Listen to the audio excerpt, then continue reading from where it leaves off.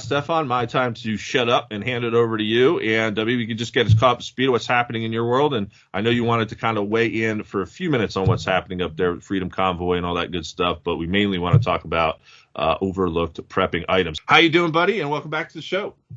Well, thanks for having me back, Eric. I'm doing okay. I'm getting better. Getting ready for this SHTF. This has been a real lesson, I think, not for me. I mean, I've been predicting this for 20 years. I kept warning people, we are in a communist dictatorship, and that was already 20 years ago I saw this coming. But now I think the whole world can see how quickly and how imperiously our so-called political leaders can turn and instantly become a communist dictator. I mean, it just happened in a couple of days. It's shocking, but it's a warning to the entire world. This is what these people are really like. Okay, never mind all the speeches that were written for them by a team of public relation writers that make them sound like they care about people. And my God, I want to punch the next guy in the face who says, let's keep people safe. Look, hey, I'm a martial arts expert, and I have a lot of medical knowledge. I do not need some little wimp to keep me safe. Go away. All right. Yeah. No, yeah. They're telling us they're going to keep us safe as they're booting people down, trampling people with horses, right? Yeah. I mean, it's just the hypocrisy is so extreme, and that everyone in the world doesn't see it. I mean, there's still a large percentage of Canadians that are blind to this stuff. But then there's a large percent of the human population that are blind to this. And I've tried to figure it out what it is, because it's irrespective of background or educational level. You can have, college professors that are just as blind to this as homeless people or something. It doesn't matter where you come from. There's a certain percentage that are just blinded by this, hypnotized by this culture, and they can't see it. Mm-hmm. But, a lot more people are seeing it. But listen, it seems like we've had a bit of a victory because Justin Castro, and just for people who don't know Justin Castro, think of the movies The Omen and Rosemary's Baby. That's Justin Castro. His mother, Margaret, is Rosemary, except she wasn't raped by a demon. She gave herself willingly to a demon. And the Omen, of course he's born into a political family so that he's set up to become a leader. Justin was born into a political family and was set up to become a leader. So really, I sometimes call him Damien, because, the Omen and Rosemary's Baby, and that's Justin Trudeau. My God, what... but every civilization has some crazy lunatic like that. He reminds me of the Roman Emperor Caligula, right? A guy completely unhinged from any form of reality, megalomaniac. Anyway, so that's justice. So it looks like, okay, we've had a bit of a victory. He's had to rescind the Emergency War Powers Martial Law Tyrant Act. But that's just going to make them all a lot more pissed off. I tried to get... Right, exactly.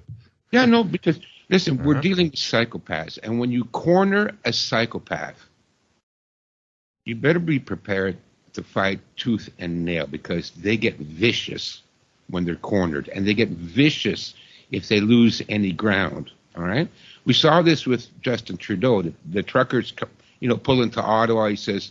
they're all, racists and misogynists and Hitler worshippers or whatever nonsense, but, well, look, the reason he said that was because they were all of a certain demographic, a demographic that founded this country, built this country, maintains this country, that puts the food on the table and delivers it there. That's why he can get away with saying they're all racist, because they belong to a certain demographic. But, the left calling us names isn't working anymore. I don't care. Yeah, I'm a racist, whatever. Oh, misogynist, sure, put me in there. Yeah. Islamophobe, yeah, got that down. The more the merrier.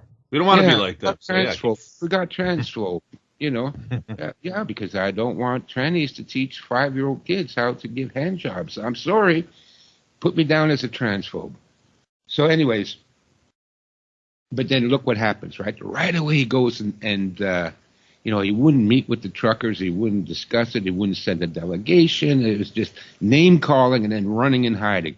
Reminds me of that little prick in school that would, throw a rock at you and then run and hide behind the teacher's skirt and point at you and call you names. That was what Justin was doing. He's hiding behind mommy's skirt and saying, bad man, bad man. What a pathetic excuse for a human being. And don't even get me started on what leadership is supposed to be. Eric, men like you and me are natural born leaders. You know that. I know that.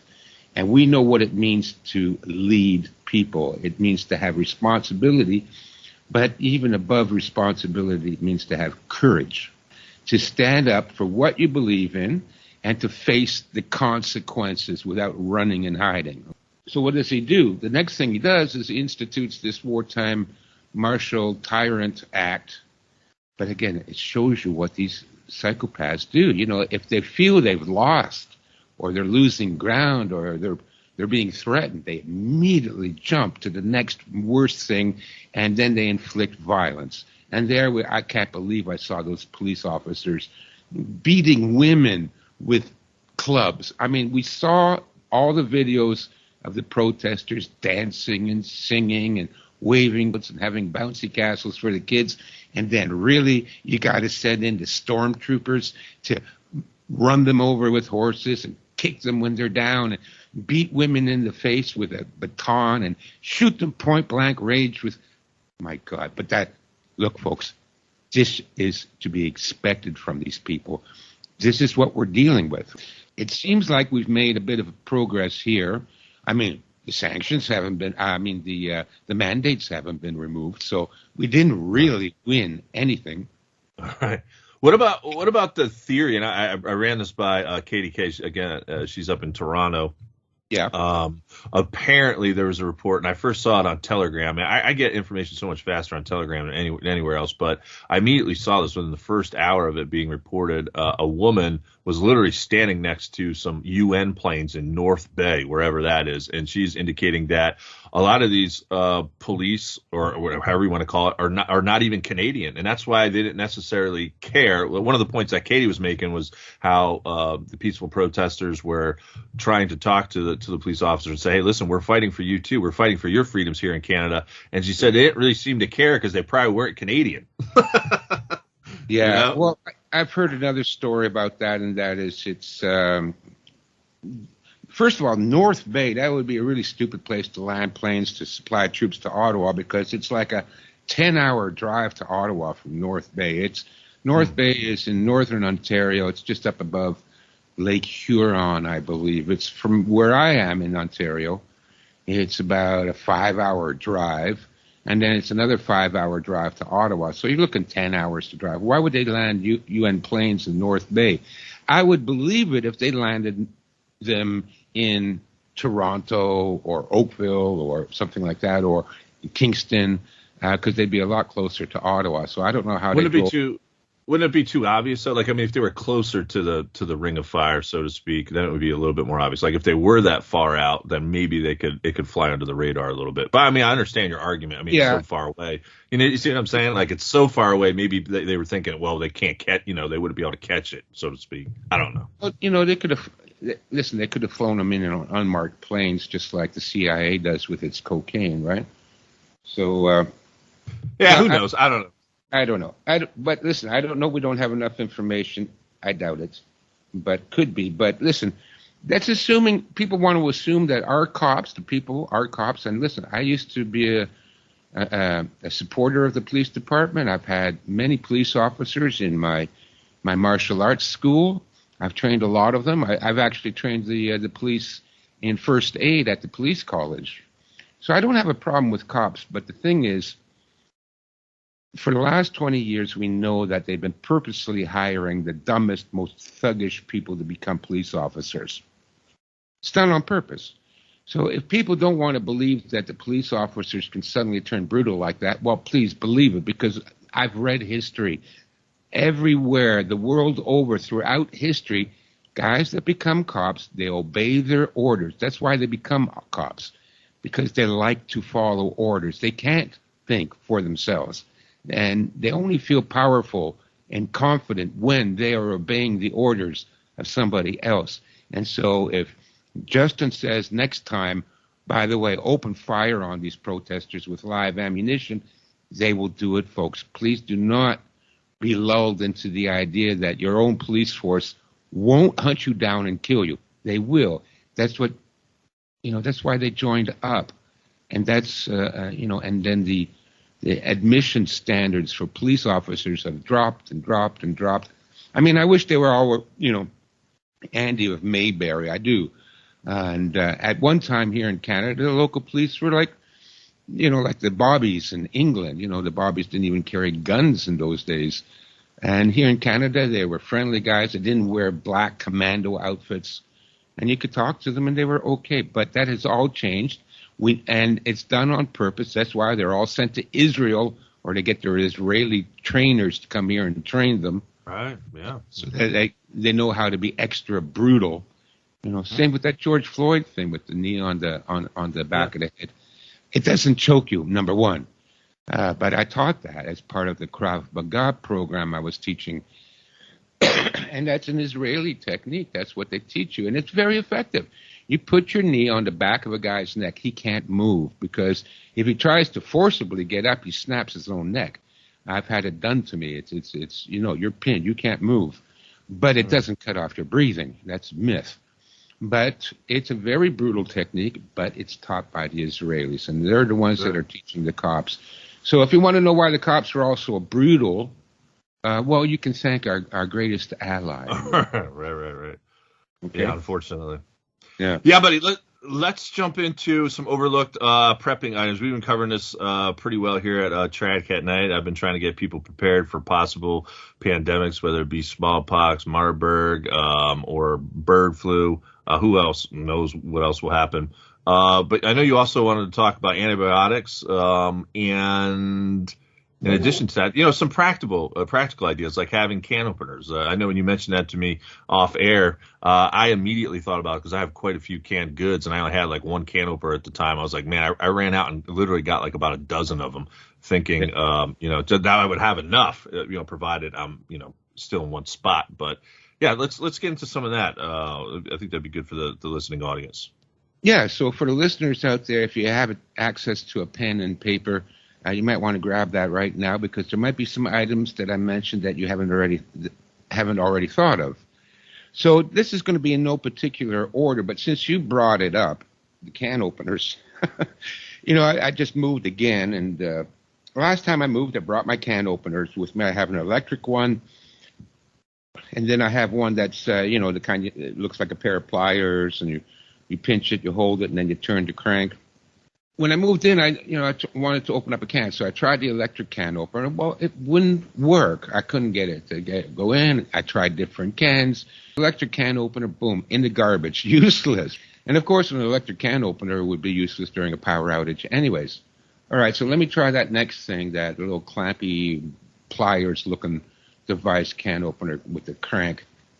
I could not open the can with that either. It wouldn't stay on the lid, and every time I turned the crank, it would slip, and I would, you know what I ended up using for a can opener?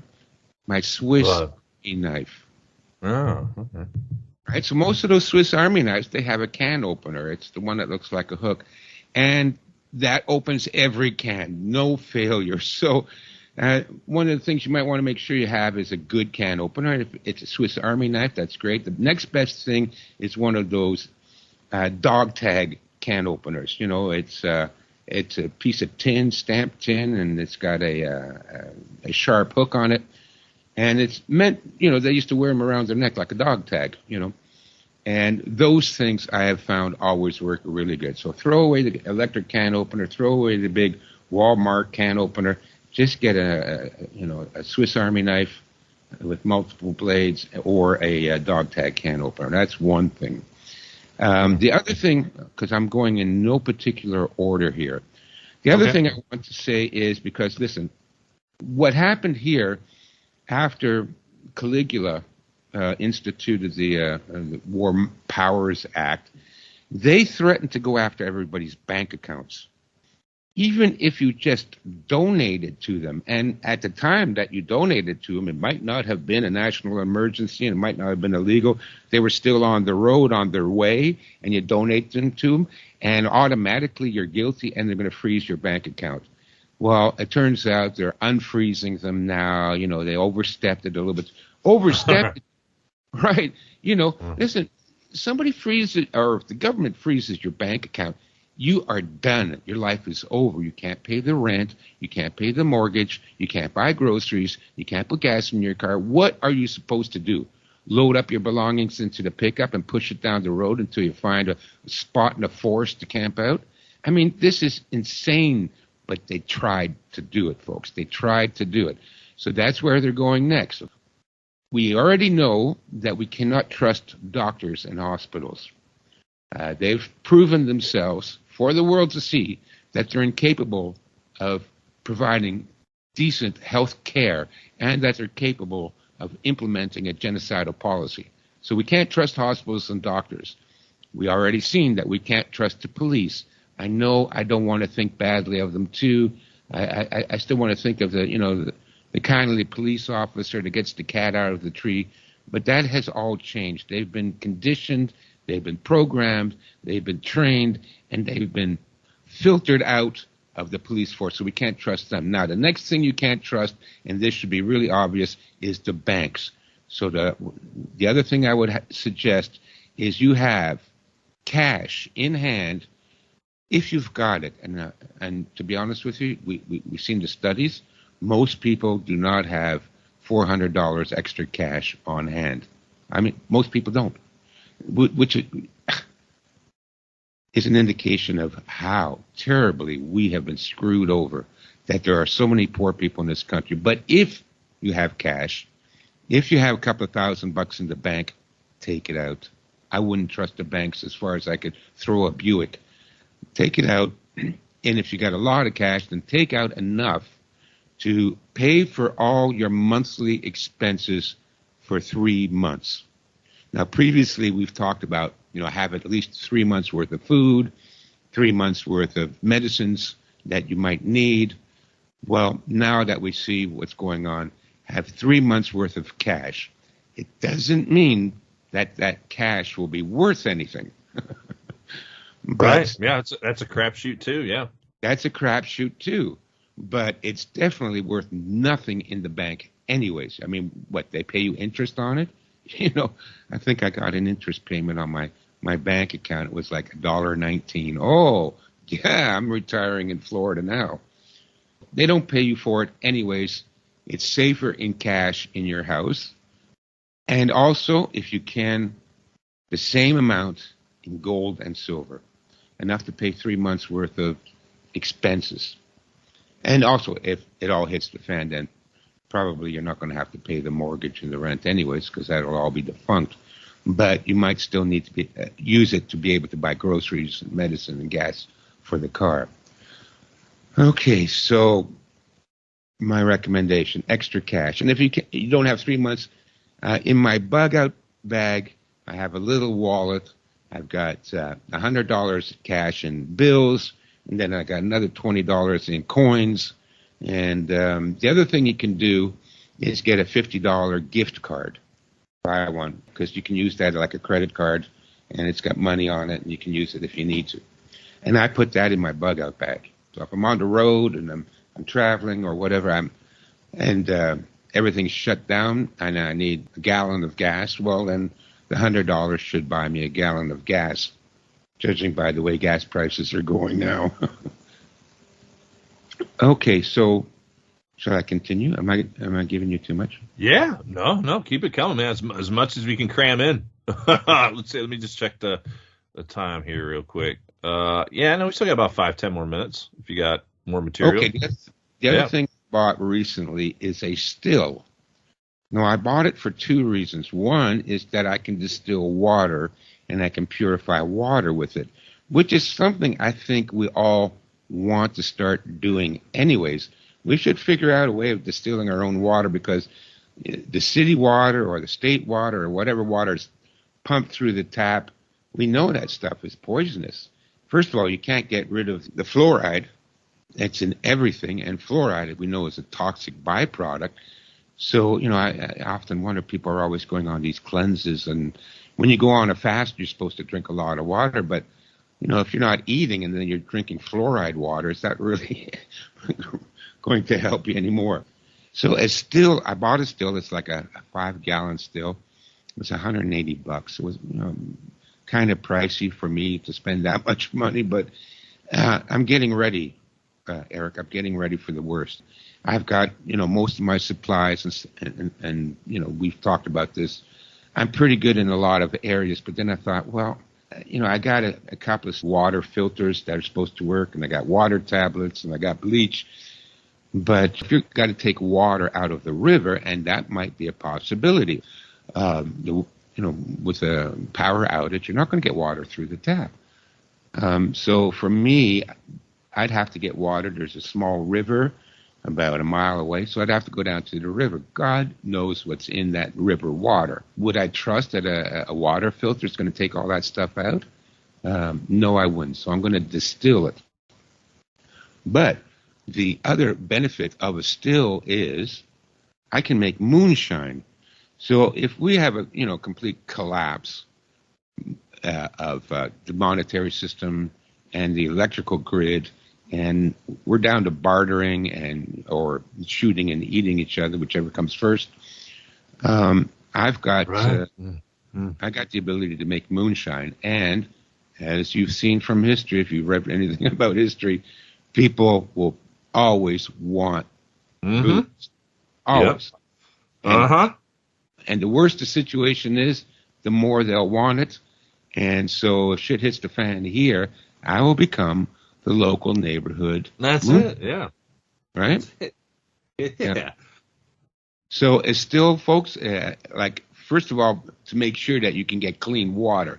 And especially for people that live, like in California. I lived in California. There's no fresh water around there in Southern California, certainly. And so if you out of fresh water, then you're going to have to take seawater. And the only thing that'll take the salt out of seawater is either one of these really expensive ceramic filters that you have to force the water through. It's too much trouble. Or you distill it. So then you have all the water you need if you're on the beach. You won't have to go anywhere so long as you have a still. And one final use for it is that you can use it to make essential oils. So if you got an herb garden, if you got a medicinal herb garden, wonderful. Then make your own essential oils. Good point. You harvest your own plants and you make your own oils, and that will keep you healthy. Because again, when shit hits the fan, no hospital, no pharmacy, no doctors. So you're going to have to really focus on staying healthy and creating your own medicine. Yep. And you can, again, you can even sell that stuff. So you got cottage industry and moonshine and medicine. You got pure water. You could probably sell that too. So I think an investment in the still for shit hits the fan is a good idea. That's great. Yeah, no, I just picked up some essential oils, and I probably need to get more. But yeah, I mean, we know that's going to run out, and I would have to know how to make my own. So that's a fantastic point. Did you want to mention before we let you go anything on antibiotics? I had one of my guests, Justin Matter, longtime follower, Trad Cat Night.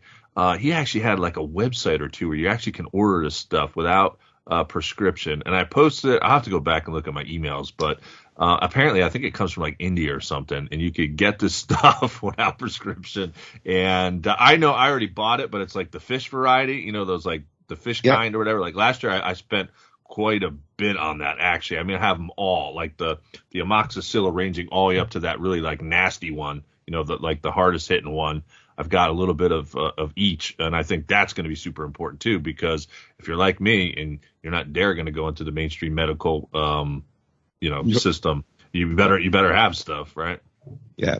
No, I got the fish mox too.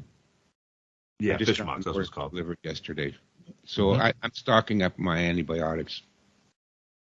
So, those are, because Yeah. we're almost out of time. So I guess those Yeah. are the important things. Get some cash out, keep that handy somewhere. If you can, if you still got money, invest in some gold and silver. And I always tell people to buy bullion. Don't buy numismatic or anything like that. I've bought and sold gold and silver for many years, and they will only pay you when you go to the gold dealer what the melt value is. So bullion is the cheapest in terms of what you would have to pay back. So silver, 1 ounce bullion, and gold. I always get either 5 grams, and I got a couple of 2.5 grams. I go for low denominations. I don't buy an ounce of gold because it's right now it's almost $2,000. And if you go to the black market, by the time shit hits the fan, that 1 ounce of gold, it's probably going to be worth $5,000-$10,000. And who's going to give you change? Right. Yeah, exactly. Yep. Oh, man. Yeah, go ahead. No, I was about to say there's a lot to consider, folks. I mean, I think what's also helpful too in all this, really sit down, analyze your situation. Like if okay, this is where I'm decked out for the zombie apocalypse and I'm going to roll the dice, like sit down, journal it out, come up with all the potential problems, you know what I mean? And then start checking them off, start providing solutions for it. And there's a lot to consider. And I know I've been doing this for years. You've been certainly doing it longer than I have, Stefan, and now's the time. If you're not doing it, I don't know what to say anymore at this point. But we'll give you the last minute or two here, Stefan. Send us off with a concluding little segment here, but also shameless self-promotion time as well. Okay, so shameless self-promotion time. It's the same thing I'm always promoting because it's the best value for money. I mean, please go to Amazon or Lulu or my website and purchase one of my books. That's great. But the best value you're going to get is the Survival Library download. It's only $50, and you get all my books in PDF form, and that's basically what you're paying for with the $50. But as an added bonus, I throw in for free 310 now, I think it is, various books in PDF on every facet of survival. So that, and I recommend that you put this on a flash drive. I recommend that you have something that you can read books on, like a Kindle or a tablet or something like that, that has a low voltage so that you can recharge it using a solar panel or a hand crank, something like that. And that way, if everything goes to hell, you can, recharge your battery or crank it up, and you can insert the USB drive, and you have access to a whole library of books, and then just choose the problem you have today. How to purify water? Okay, go under nourishment, and there's 10 books on how to purify water. Knowledge is power, folks, and this will work even after the internet is down. Right now, if I got a question, I'll Google it. Yeah, but what if the Google's not there? Right, exactly. And the other thing, too, is, I used to have lots and lots of books. This last move, I threw them almost all in the garbage. This is hundreds of pounds of books every time you move. And most of them I haven't read in 20 years. So why am I shipping a half a ton of books around on my back? This is PDF is great because it weighs nothing. Combine it with a Kindle reader, and you're talking about 6 ounces. So you could carry this in your pocket as you evacuate to a bug out location. And when you get there, you open it up, and you can learn all about making fires and shelters and hunting and trapping and fishing. All the information is there for you. So that's why I think this is a great idea for anyone that because it's not just enough to have all the food and the medicine and the antibiotic. You need it. It's good. The more you have, the better. But even more important than all of that is intelligence and the knowledge and skills to implement these survival strategies. And so, and on an up note, I'd like to end with that we're in the battle now. They are scared. They're running. They're panicking, which means they're going to get vicious, but that's okay. Because the more vicious they get, the more out in the open they are, the more people that will recognize and see what kind of monsters these people really are. And again, we outnumber them 100 million to 1. So good stuff. We're going to win Thanks this so at much. the end, Yeah. but just be strong for now. Amen. There you have it, folks. The latest from Stefan Verstappen. Folks, we got to get ready now for the Provident Prepper duo team. It's been a while since we have them on the show. I think it's been at least 2 or 3 months. Until next time, my good friends. And oh, by the way, Stefan, hang off air here. We got to get you scheduled for next month. Almost forgot about that. Until next time, my good friends. Stay safe and God